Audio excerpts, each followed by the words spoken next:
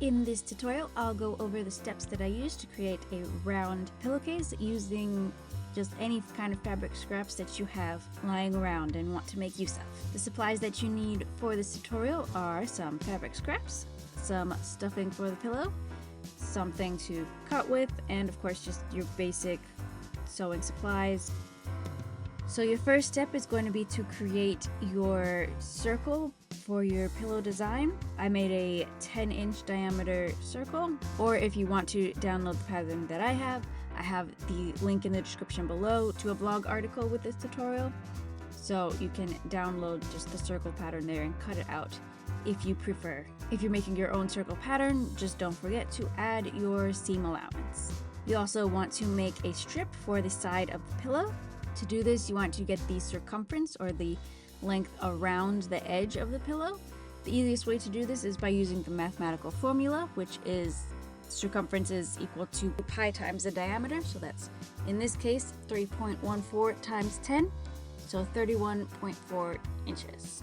So it's half of that number you cut to. For a 10-inch diameter circle, that's going to be about 15 3/4 inches.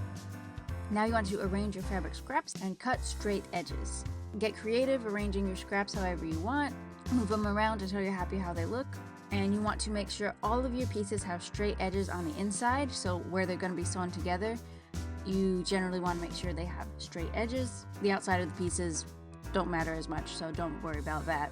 You also want to make sure that your design is going to be big enough for your pillow face. So once you're happy with the way that your scraps look, kind of lined up together, you want to sew them together and press the seams open on the back to make the front face as flat as possible. After you've sewn everything together, you want to take your circle pattern that you made or printed at the beginning and cut it out of the fabric scraps. Repeat this same process for the second side of the pillow. I actually did a separate tutorial for the other side if you're interested in another way that you can use scraps for pillowcases. Now you want to cut out that side piece of your pillow and then sew it into a loop. And now you want to sew the loop around the pillow. When you sew the second side of the pillow to this rectangle, you want to make sure you leave a small gap so that you can turn the pillow right side out. And stuff it with whatever you have. I like to use leftover fabric scraps that I have for my sewing projects, but you can use whatever kind of stuffing that you like.